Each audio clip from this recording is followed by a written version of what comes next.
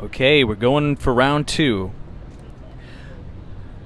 I'm not sure if I told all of you at the beginning of the stream at part 1.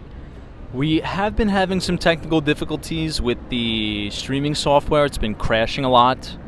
So just a forewarning. If we go out again, we'll just call it for the night. Just allow me to set this up one moment, and we will get started. But good to see everybody back. You know what's strange? I had like a little bit of a deja vu moment just like 2 seconds ago. I believe the last time the stream crashed, we were in this exact same spot. I don't know if it's a coincidence or not, but anyway.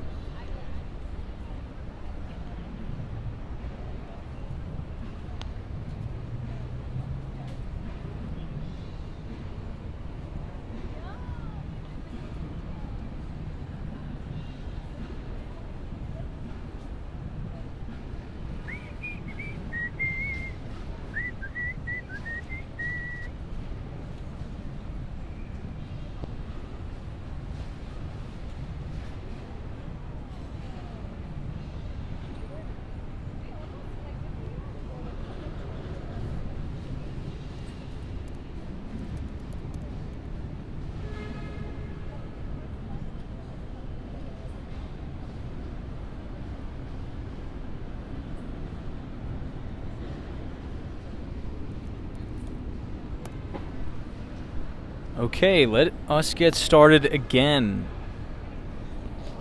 Let me just put the laptop away.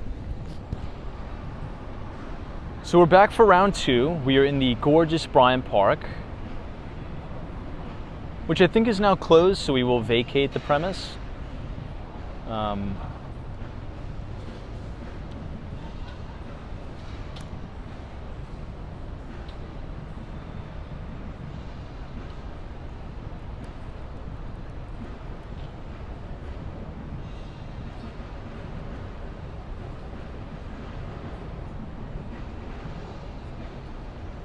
All right, let's get started again. Yeah, I think it's a Prism live stream issue. Last year, actually around the same time, we had the same issue with it crashing. We may need to migrate to a new streaming software. Who knows? We'll see. But we're getting the old signal.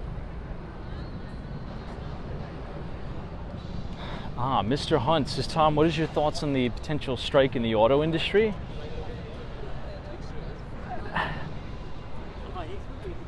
I think it's just it's an interesting trend we're seeing. Did anybody see the interview with the Disney CEO, Bob Iger?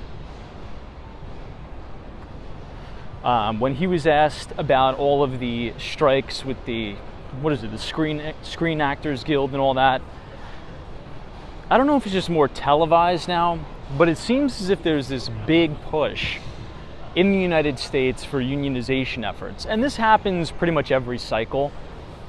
I mean, how many times on the stream have we talked about, Amazon going on strike and unionizing? The railroads striking and unionizing. The telecommunication workers, Starbucks. So I think there's a couple things at play here. Entities that have access to capital and can borrow money at all these cheap rates, or over the past 12 years had the access to capital, borrow money extremely cheap, and then use that money that they borrow to accumulate assets. Well, it's wealthy corporations and high net worth and ultra high net worth individuals. So you had this very lopsided recovery since the 2008 financial crisis, where, yeah, I mean, the American standard of living and the quality of life has gone up pretty much for everybody, but it has gone up way more for the top 10%. One of the things we've talked about is share repurchase programs and stock buybacks, and how companies, and this is very standard and common practice, so it's not like it's anything new, have been using and borrowing tons of money to purchase their own shares of their own stock. Now, if you're an executive at a company, if you're on the C-suite, chances are a portion of your total compensation is made up of, stock-based compensation, options, equity, right? So as you reduce the amount of shares outstanding, you therefore increase the EPS, the earnings per share. And generally speaking, that makes stock prices go up. So again, enriching, when you hear a lot of these conversations and articles that come out about corporate compensation hits these record levels, chances are, if you look at a corporate compensation package, it's not like they're getting these massive cash salaries.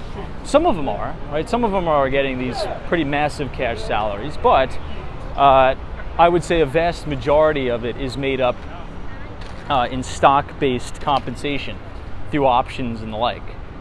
So to sort of tie it back to this ongoing labor movement, and I would just say people are upset, is because they see this, right? They read the headlines.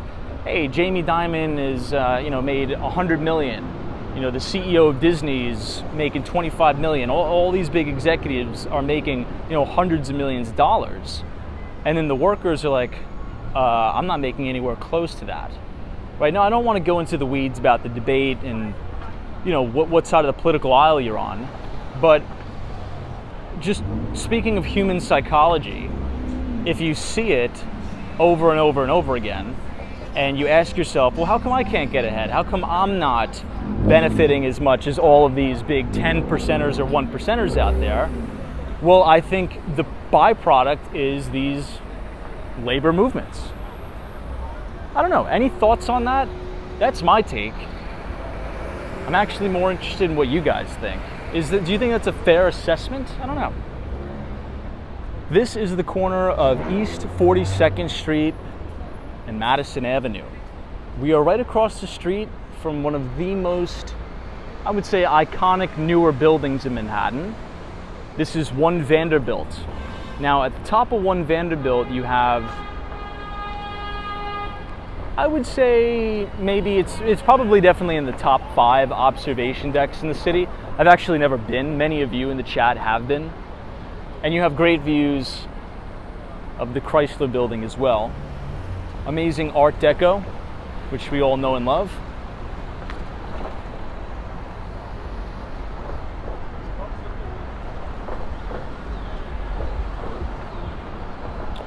Hey, Joe Driver, what's up? Vonda Howard is here. Welcome. Jeff from Southern Tier, New York. Good to see you, Jeff. Hey, Don says, I watch your shows in the mornings as I drive 2 hours to work. Oh my God, that's so cool. But I just saw that you're live, so I thought I'd say hello. Hey, well, Don, thank you for watching. That's awesome. It's so cool that you listen to us as you're driving to work. Love to hear that. And I'm happy you're here. So thank you for your viewership, and I appreciate it very much. And happy Friday, by the way.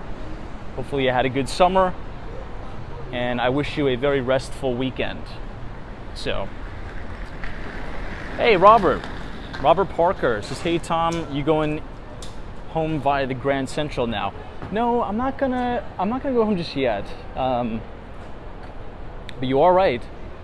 For those of you who don't know, you could take the Long Island Railroad now from Grand Central Terminal. And that took, I mean, my God, how long have New Yorkers been waiting for the East Side Access Project? I mean, the city's been talking about that. The MTA has been talking about that for years and years and years. We finally got it.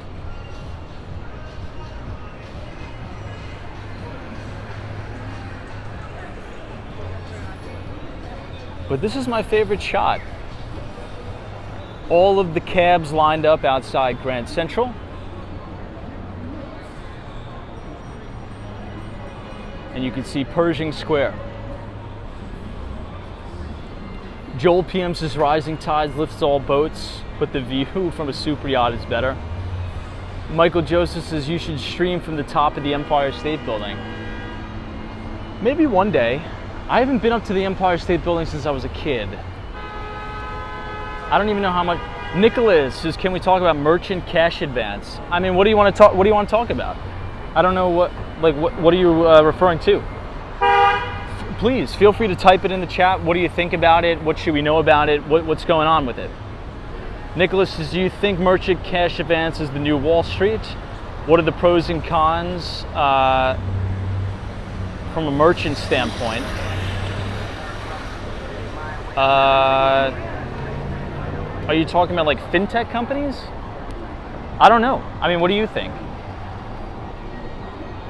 So like companies like Square, Toast, all that. Now we have some news out of Visa. Did you guys see this? Now, you know what? This is actually a good topic. So Visa, MasterCard, and I think American Express is actually raising their merchant charges. So chances are, if you've ever been into like a bodega in New York City and they say minimum of $10, the reason why they do that is because they get hit with crazy amounts of credit card fees. They just announced they're going up again, and they don't really need to raise the prices, in my view. But again, in corporate America, it's actually the law. You have to maximize profits for your shareholders. Right? That's not my opinion, that's literally the law. But the gross margins on these companies is ridiculous. It's like north of 45% margins. And at a time where the economy is trying to recover, interest rates are really high, money is very expensive, I think that's going to be a big blow to businesses. I mean, it'll be great for Visa, MasterCard, and American Express. But I mean, credit card companies continuously ratcheting up those fees.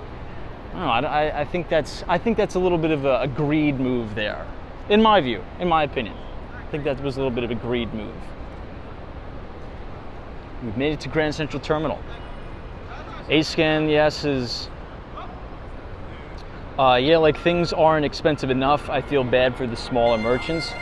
I do too, and this comes at a time where almost nobody pays cash anymore either. Usernames, schmoosernames is nearly everything I purchase on a credit card gets paid off within a month. Well, that's good. That's what it should be, particularly now. We might as well go inside Grand Central Terminal since we're here. It's extremely humid out, so we might as well take a little bit of a break. We'll check out some of the architecture inside Grand Central, have a little bit of a walk around. I know, Ken Brockton says the credit card fees fund the credit card rewards, like the points and stuff like that. Yeah, it's, no, I never carry cash. I don't know about you guys. I never, ever, ever, ever carry cash anymore. I refuse. For multiple reasons. I think it's also like a safety reason as well, that I never carry cash. I pay for my phone. Even in the subway I use my phone with the Apple Pay. It's much easier. So we are now inside Grand Central Terminal. It's actually kind of quiet tonight. I would have expected it to be a little bit more busy, particularly with everybody heading upstate New York for the weekend. Yesterday was packed.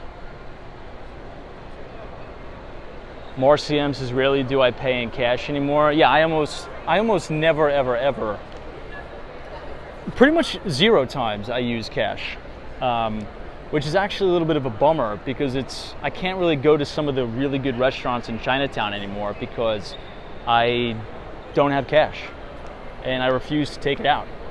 Because think about it. Then that means I have to go, fish out my ATM card, use an ATM. It's like, this isn't 1995 anymore, guys. This is 2023. I want to be able to pay with my phone, and that's it.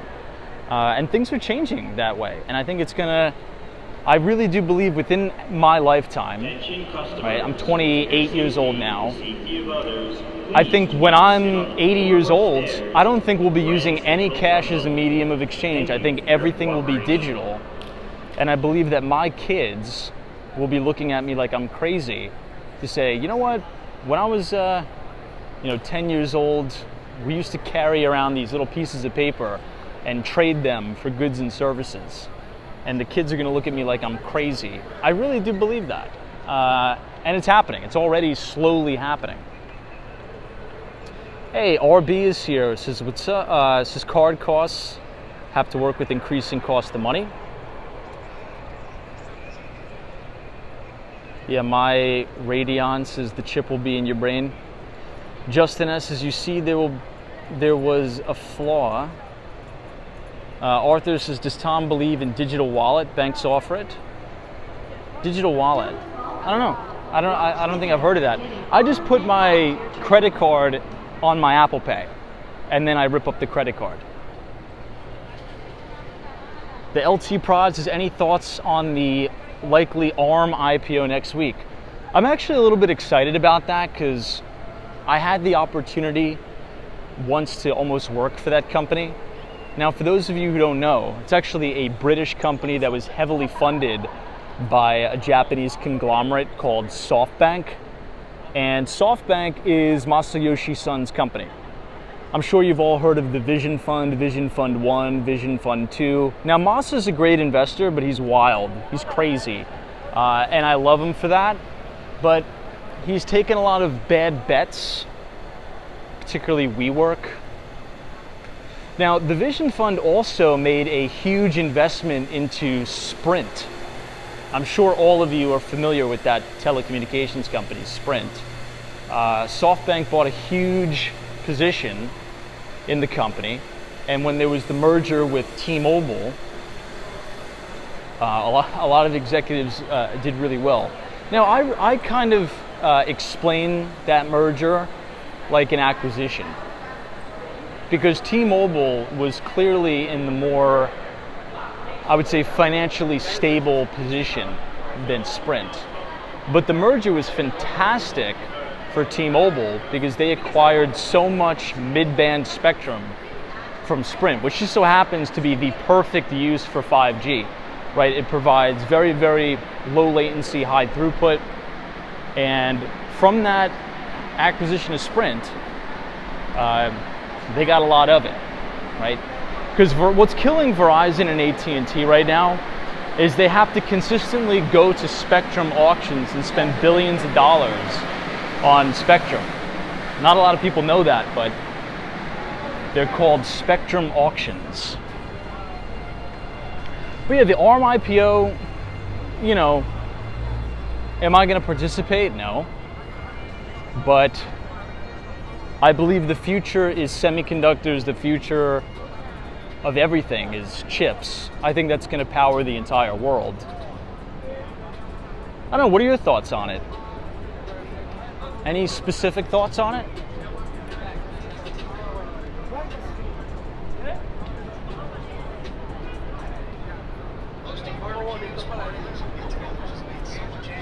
Yeah, Brad's brain.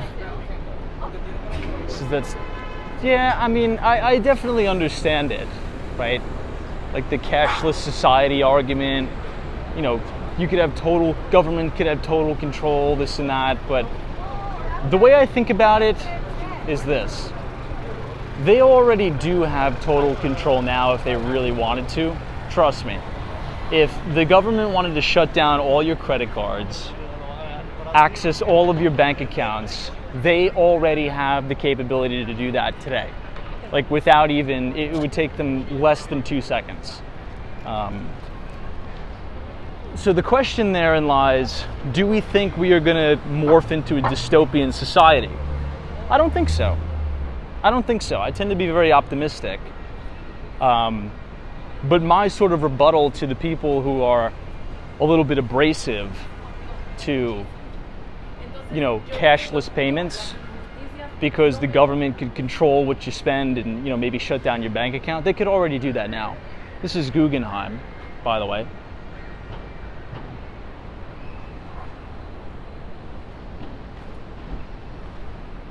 Any thoughts there? Because I have an open mind, and I'm willing to hear both sides of the argument, but I can tell you with certainty that the government already has all of this power to read all of your text messages, to listen to all of your phone calls, to see how much money is in your bank. They can already do it now.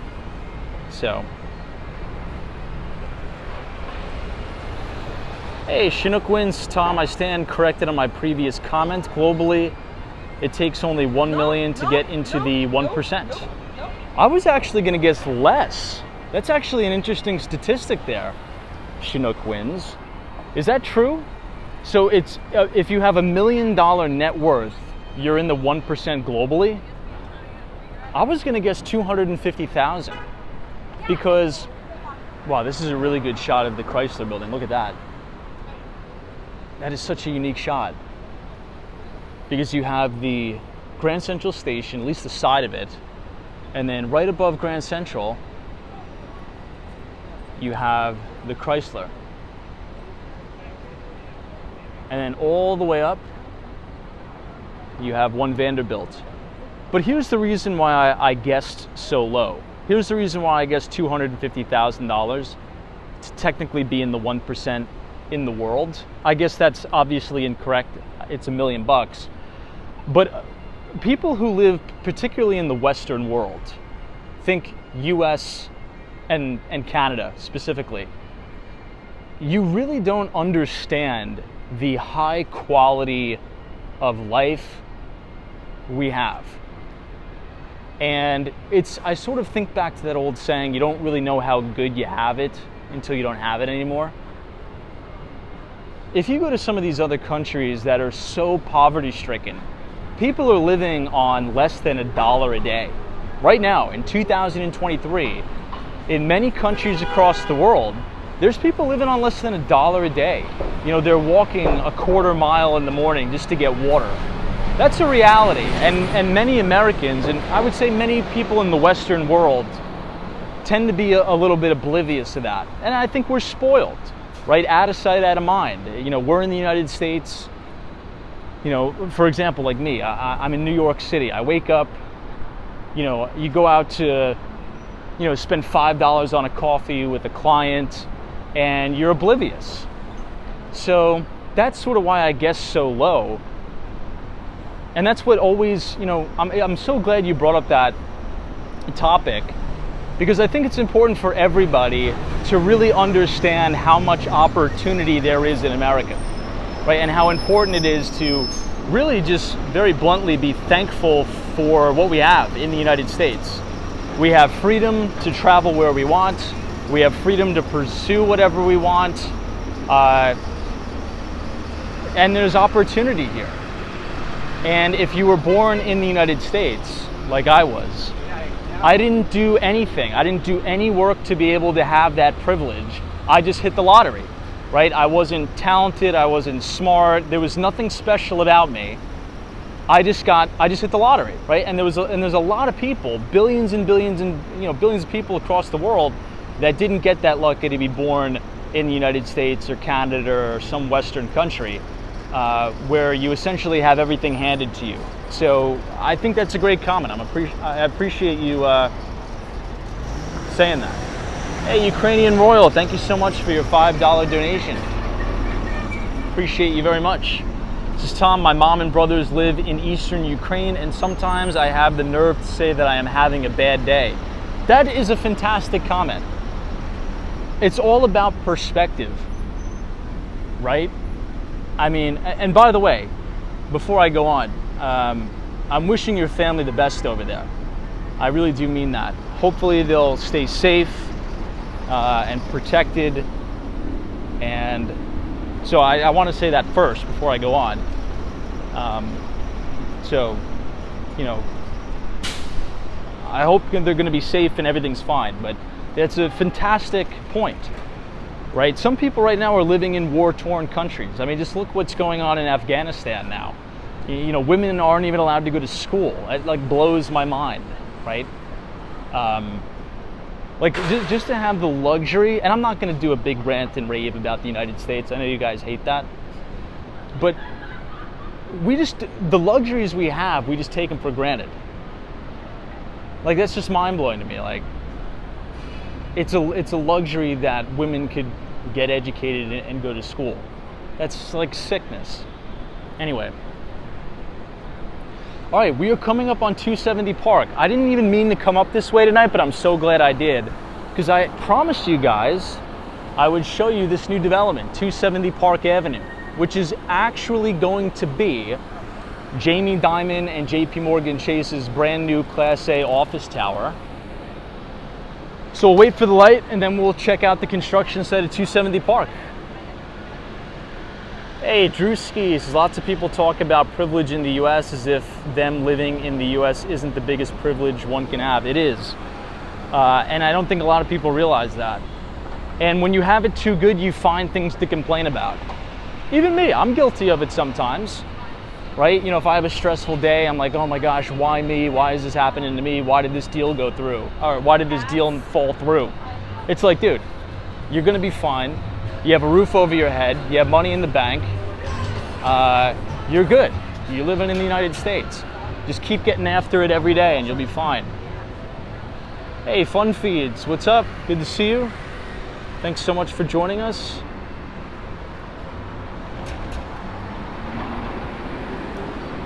Wow, this is a good comment. This may be the comment of the night. Let me see. Cars and Sports says, Tom, travel should be mandatory for all high school students. Gives perspective of the world. I concur with that.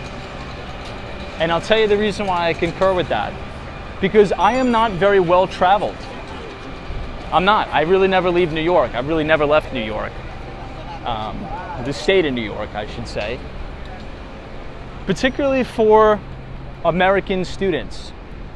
You should be required to, you know, travel overseas, maybe do a little bit of a study abroad. I would be in favor of government funds going towards that, because it'll broaden your worldview a little bit and understand what things are like in other countries, experience different cultures, and learn different languages. Oh my God, that is my biggest regret. If I could actually say what's my biggest regret, it's that I don't know another language, or I'm not fluent in another language. When I went to college, right, there was so many international students that went to my school, mainly because I went to school in New York City. Everybody spoke 3 or 4 languages, everybody. Well, not literally everybody, but a lot of them, right? They spoke Spanish. They spoke French, they spoke Korean, they spoke Mandarin, they spoke Italian. And the one thing I've noticed was that the Americans, the born and bred Americans, only spoke English. That should be a requirement right off the bat. We should start teaching a second language, probably Spanish, right? Because I think that's one of the popular languages here. It should be required. Like, you should 100% learn another language. Oh, that's cool. Vonda Howard says, I'm learning Greek. Nice. How are you learning that? Through like Duolingo? That's a pretty good application. So here's a good view of 270 Park Avenue with the spire of One Vanderbilt in the distance. So again, this is going to be the brand new JP Morgan Chase building. Cynthia Ava, what's up? Brad's brain says the world speaks English though. That's the difference. Yeah, but I'll tell you this, just from experience on some of the deals I'm working on, you kind of feel like left out if you don't speak Mandarin, if you don't speak Spanish. you know, when you're at the table or negotiating with the client or interacting with them, you kind of feel like an idiot when you don't know these languages. It is a very, very useful tool, particularly in the business world. If I ever have kids, my kids will be fluent in Mandarin. Right at birth, they're learning obviously English, Mandarin, probably Korean as well, because the big players in the business world, that's what you got to know.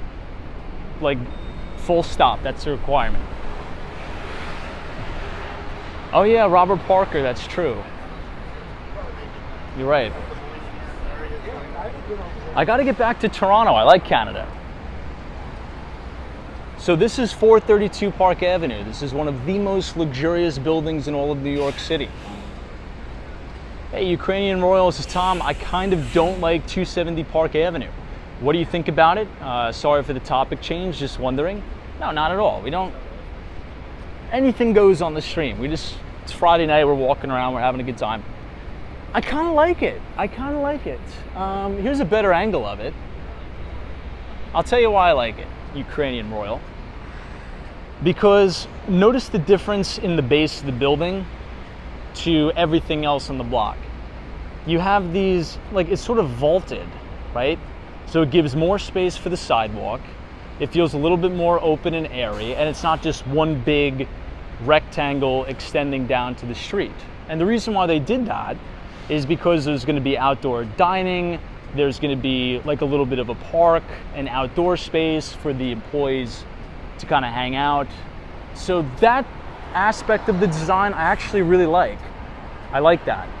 Look at this office building. It's just like one straight block. We have so much wasted space. This, when you have it tiered and laddered like that, look at how, I mean, I'll kind of go out into the street a little bit. Look at how wide it makes the street look, just from that little detailed change in the architecture. It's not bad. Hey, Ukrainian Royal says the base of the building reminds me of Citigroup Center building. I didn't know about that design. Well, thank you so much for your donations. You're very kind, my friend. You're very, very kind, and I appreciate you very much.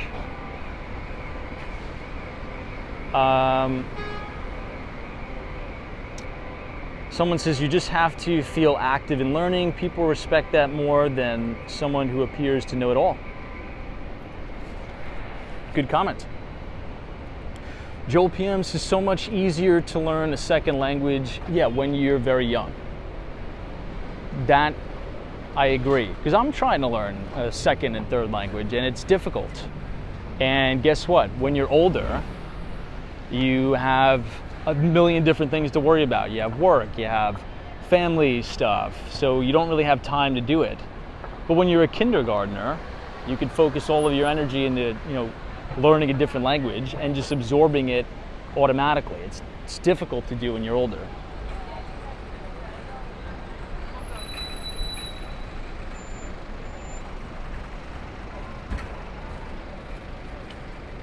Hey, Brad's Brain says I'm working slowly on Spanish, but reality is that, yeah, the word has always been spoken in English. Well, I mean, you're in Texas. They speak a lot of Spanish there in Texas. Yep. If I want to do any serious business in Miami, I have got to be fluent in Spanish. I hope this guy's all right here. Maybe we'll avoid this somehow.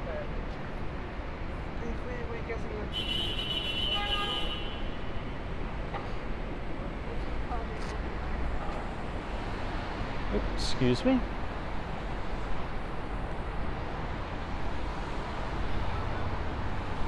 Yeah, I mean, I already know what the issue is with that gentleman on the floor. It's all of this fentanyl and the heroin overdoses. It's heartbreaking. It's horrible. I've walked past people in this city that are overdosing on heroin, and the needles are still stuck in their arms, right? They've passed out and needles are literally dangling off their arms. It's heartbreaking. It's horrible. Anyway. Stephanie says I carry Narcan. That's amazing that you do that. I respect that very much. You'd save someone's life like that.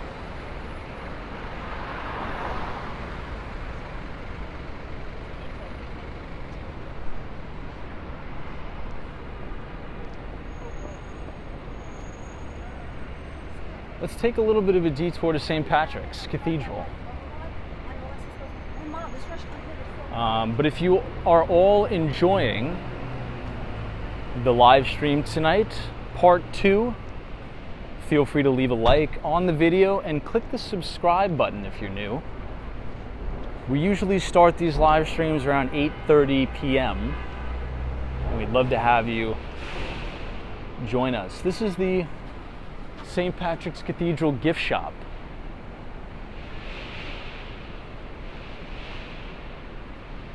Oh wow, Stephanie says I'm close to San Francisco. It's common that people carry Narcan. Yeah, I mean the fentanyl and opioid crisis in the United States has gotten completely out of control and out of hand. We've talked about that at length as well on the stream, and it's horrible. I actually think it's an act of war. But anyway, I know Gary Carpenter says, but you're always late. I am always late. We're always about 30 minutes late lately. We're going to try to change that. We'll try to change that. This is 641 Fifth Avenue, Olympic Tower. This is one of the first sort of, how do you say, luxury condominiums in New York. Now, we sort of went through and explained the difference between co-ops and condos and how condominiums have really taken over in popularity as it compares to co-ops.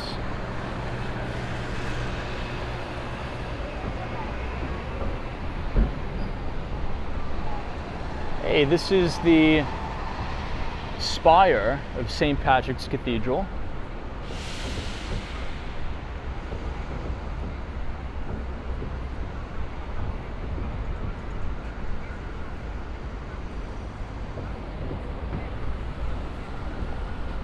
I'm actually starving.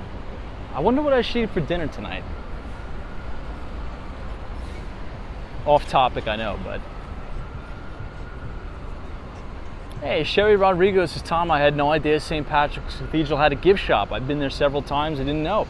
Yeah, Sherry, I'll tell you exactly where it is. Just so you can get here. 5th Avenue, 51st. We'll just go to the Olympic Tower. 645 5th Avenue, and you'll see it. But West 51st Street and 5th. If you're looking north towards Central Park, just bang a right. And it'll be right next to 645 5th Avenue. I'm not sure what the hours are, though.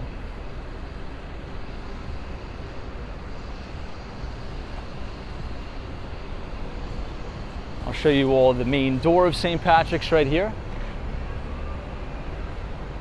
Hey, Diego, saludos from Chile. Good to see you, Diego. Thanks for joining us.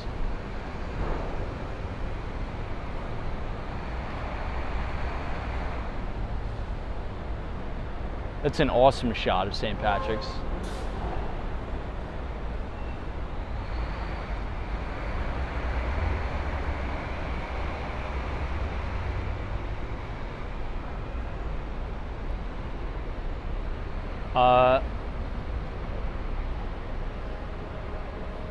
Learners says, who cares who brought the heroin, just don't indulge voluntarily. I respectfully disagree with that, man. It's if you don't know anybody who has suffered from a heroin or opioid addiction, you don't understand. It's not a choice. Let me be clear. That is not a choice. It is not a choice. It is so addictive. It's unbelievable. I went to high school with kids who were star athletes, like superstar athletes, born and bred in a wealthy home, well-to-do middle-class home, and during football season, they got an injury, and the doctor prescribed them these painkillers, these pills, these opioids, and automatically addicted. It's like a monster, this thing. It's not as easy as saying, oh, don't involuntarily indulge. A lot of people who got addicted to these opioids were prescribed this stuff from their doctors. So it is a very, very complex issue. And I know people who have gotten addicted. I mean, people I went to high school with, who are my friends, who have got addicted and died from this stuff. So it's really, really not that easy. And I'm probably the person who is most, preaches self-responsibility, take complete ownership and control of everything. Like, that is my mantra. But with opioids, it's not that. This is like a weapon. It's not as easy as it seems.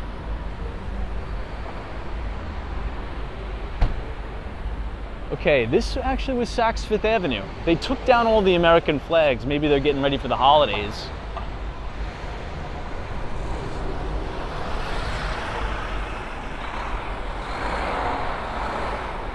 I always like this shot looking up Fifth Avenue. You can see all of the traffic and St. Patrick's Cathedral. That's kind of cool. Now this is looking all the way up towards Central Park. And this is all the way down where we were, 34th Street, Empire State Building. I was gonna take you all to 30 Rock this way, but it's closed now.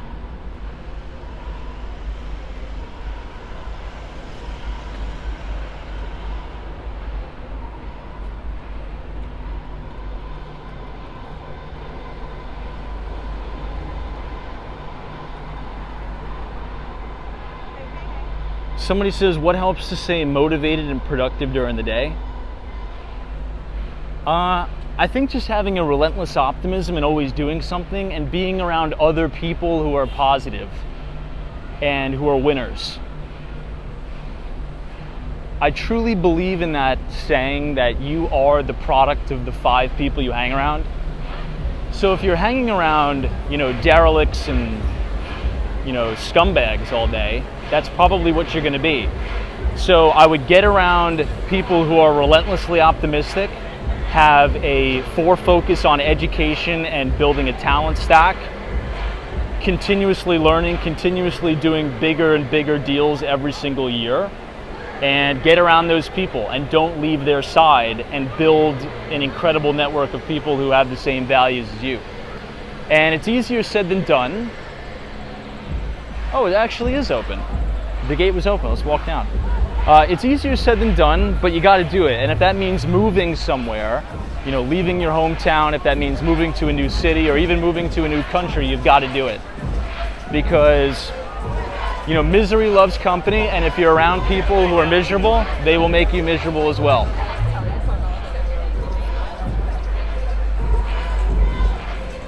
This is like a disco night here. This is really cool. I think we've seen this a couple times before.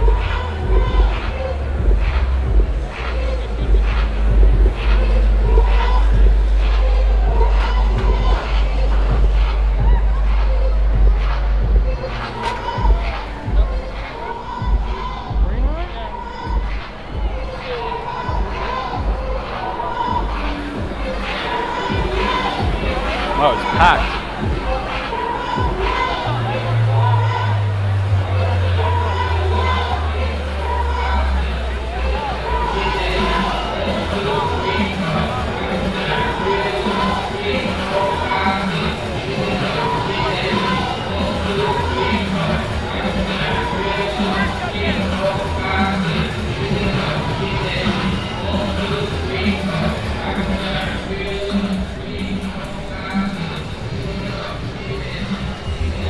Okay, guys, we do have to end the live stream now because we have been streaming for 2 hours. This is just part 2 of the live stream. So I want to thank everybody for joining us tonight. I hope you all have a beautiful and restful weekend. If you enjoyed the stream, feel free to subscribe to the channel hit the subscribe button, hit the like button, and we will see you back here tomorrow. Maybe we will be live from Dumbo, Brooklyn, starting at 8:30. So Bree Grams, appreciate it. Teresa Diaz, all of our moderators. I think it was a great conversation tonight. So thank you all for that participation. I learned a lot, and have a fantastic weekend. NNB 045, Stephen Bates, CD Sunshine After Rain, Abdullah Meld, Joe Driver, Hawaii, Michael Joseph, Brad's Brain. Yeah, I am about to rent some skates and get down there for sure. All right, everybody, I'll see you tomorrow night.